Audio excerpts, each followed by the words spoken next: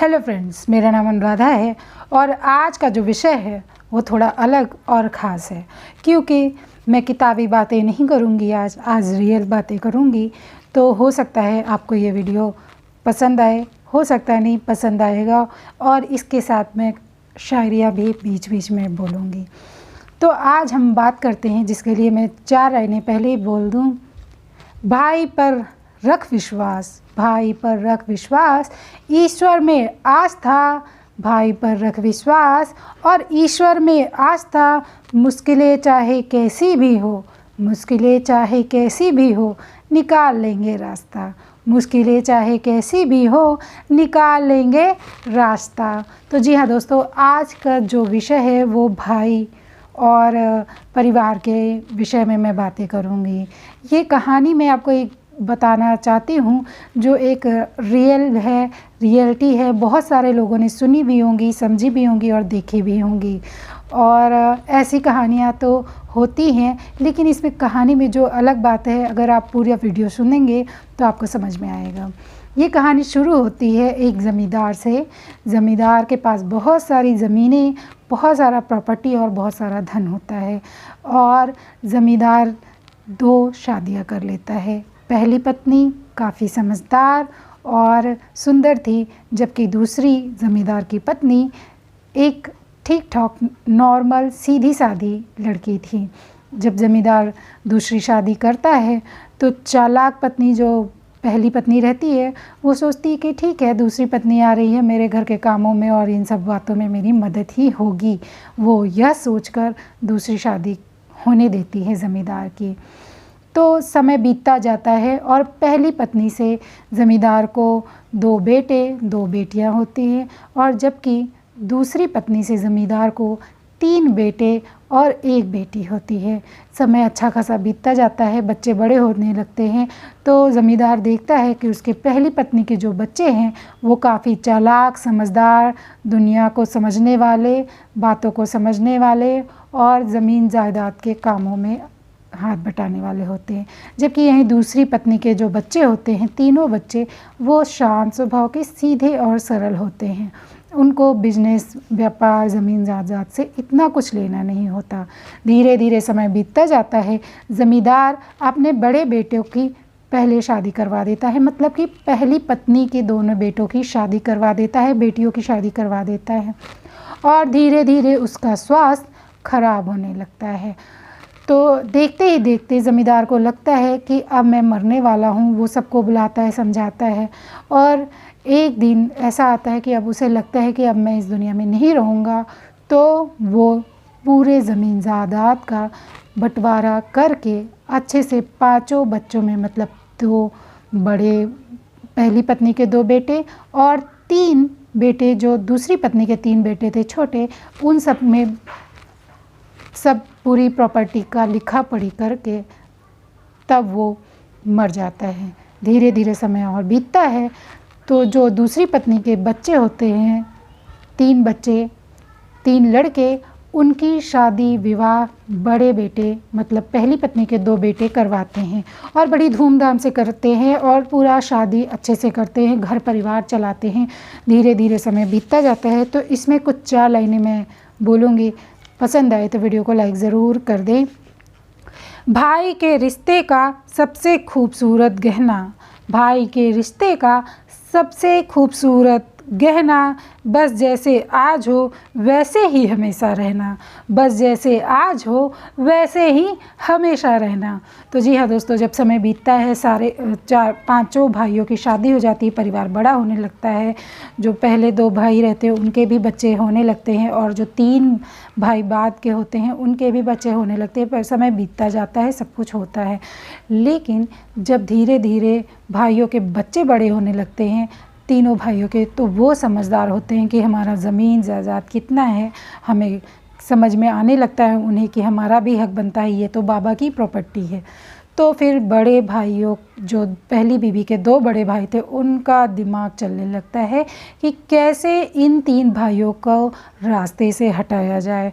वो जुगाड़ निकालते हैं, उनके बच्चों को कोई बिजनेस नहीं करने देते, उनके बच्चों को एक नौकर की तरह बिहेव करने लगते हैं, सबको घर में बस दाल रोटी खाने तक का और सब चीज़ का हिसाब रखने लगते हैं। धीरे धीरे तीनों भाई के जो बच्चे रहते दूसरी बीवी के, वो परेशान हो जाते हैं और अपने हक की बात करने लगते हैं। तो बड़े भाई, जो पहली पत्नी के 2 बेटे होते हैं, वो रास्ता निकालते हैं कि छोटे भाइयों से उनकी जो प्रॉपर्टी होती है आधे पौने दाम पर अपने नाम लिखवाने लगते हैं। जिसमें 3 भाई जो दूसरी पत्नी के रहते हैं, उसमें 2 भाई तो ऐसा उनके सामने घुटने टेक देते हैं और सारी ज़मीन जायदाद उनके नाम करके वो उस शहर को छोड़ के चले जाते हैं।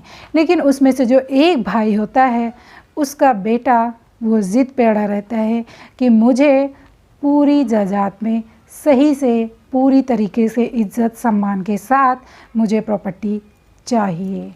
तो दोस्तों आप बताइए कि इसमें किसकी कमी है, हक मांगने वाले की कि जो हक नहीं दे रहे हैं? जो हक नहीं दे रहे हैं वो कह रहे हैं कि हमने तुम्हें पाला है, तुम हमारी वजह से आज ज़िंदा हो, तुम्हारे पिता लोगों ने कुछ नहीं किया, हमारे पिता ने सब कुछ संभाला है, बिजनेस को बड़ा किया, ज़मीन जायदाद की देखभाल की, इसलिए तुम्हारा कोई हक नहीं बनता। जबकि जो ज़मींदार है वो मरते वक्त पूरा कागजात एकदम अच्छे से, क्योंकि वो जानता था कि मेरे पहली पत्नी के जो बेटे हैं वो काफ़ी समझदार हैं, वो कुछ भी कर सकते हैं, इसलिए उसने 5 बच्चों के नाम अच्छे से कागज़ बनवा के पूरी प्रॉपर्टी को सही से डिवाइड किया है। तो जी हाँ दोस्तों, ये कहानी जो है आप सब सुनेंगे समझेंगे तो आपको लगेगा कि ये किसी न किसी के आपकी कहानी से मैच होता जाता है होगा। लेकिन मैं यहाँ ये कहना चाहती हूँ, अगर आपके पिता की पुरानी प्रॉपर्टी है और उन्होंने अगर पूरे हिसाब किताब के साथ 5 भाइयों का हिस्सा लगाया है, तो आप बीच में जो बड़े बेटे हैं उनको बोलने का क्या हक है कि तुम्हारा कोई हक नहीं बनता, तुम सबको हमने पाला है। आप अपने सम्मान के लिए सबको साथ में रखते थे, सबको परिवार सा मानते थे। ये आप अपने सम्मान के लिए, अपनी इज्जत की शहर में आपकी धाक बनी रहे, इसलिए आप ऐसा करते थे। तो दोस्तों जब धीरे धीरे समय बीतता जाता है, जो तीसरे नंबर का दूसरी पत्नी के बेटा होता है एक, वो कोर्ट में चला जाता है और कोर्ट में फ़ैसला तो इतनी जल्दी नहीं होता और समय बीतता जाता है और फ़ैसला होने का नाम ही नहीं ले रहा, क्योंकि जो बड़े भाई के बच्चे हैं, बेटे हैं, वो सब काफ़ी चालाक, समझदार और पुरानी प्रॉपर्टी को पूरा हड़प चुके हैं, उनके पास पैसे भी ज़्यादा हैं। तो इधर से एक पार्टी से एक अकेला इंसान कितना लड़ेगा और कहाँ तक लड़ेगा, ये समझ में नहीं आता। लेकिन मैं इन सब बातों में ये कहना चाहूँगी कि भगवान के घर देर है अंधेर नहीं। तो मैं इसके लिए 4 लाइनें आपके सामने रखती हूँ, पसंद आए तो वीडियो को लाइक ज़रूर करें। अपनी दुआओं में भी जो मेरा ज़िक्र करता है, अपनी दुआओं में भी जो मेरा ज़िक्र करता है, वो भाई ही है जो खुद से पहले मेरी फ़िक्र करता है। वो भाई ही है जो खुद से पहले मेरी फ़िक्र करता है। जी हाँ दोस्तों, ऐसे भाई अगर मिलते हैं, ऐसे भाई अगर होते हैं तो आपकी लाइफ की, जी हाँ दोस्तों, समय बीतता जाता है। तो इस सब पर मैं ये कहना चाहूँगी कि भगवान के घर देर है मगर अंधेर नहीं। कोर्ट का फ़ैसला आता है और काफ़ी समय बीतने के बाद कोर्ट ये फ़ैसला सुनाती है कि ज़मींदार ने अपने सारे ज़मीन जायदाद में 5 भाइयों को बराबर हिस्सा दिया है, तो वो हिस्सा सबको बराबर बराबर मिलेगा और सबको बराबर बराबर प्रॉपर्टी मिलेगी। आखिर एक इंसान जो अकेले लड़ाई लड़ रहा था, उसके हक में कोर्ट फ़ैसला देती है। तो मैं यही कहना चाहती हूँ कि भगवान के घर देर है अंधेर नहीं, फ़ैसला तो ये होना है। मैं आप सभी वीडियो सुनने वाले दर्शकों से ये पूछना चाहती हूँ कि क्या उस लड़के ने जो इतने दिनों तक लड़ाई लड़ी अपने परिवार के लोगों से, वो सही था कि उसके जो और चाचा लोग, मतलब दूसरी पत्नी के जो और 2 बेटे थे, उसने उन्होंने जो समय से पहले ही अपनी ज़मीन जायदाद उनको बड़े पहली पत्नी के बेटों को दे दी थी, उन्होंने क्या सही किया कि वो तीसरे बेटे के लड़के ने सही किया, जो आधी उम्र से ज़्यादा इन ज़मीन जायदाद के लिए लड़ाई लड़ता रहा और उसे मिलता भी है कब, जब वो बूढ़ा हो जाता है। तो क्या सही आपको लगता है और क्या गलत लगता है, प्लीज़ मुझे कमेंट बॉक्स में ज़रूर बताएं। और कहानी अच्छी लगी हो तो वीडियो को लाइक ज़रूर करें। शुक्रिया।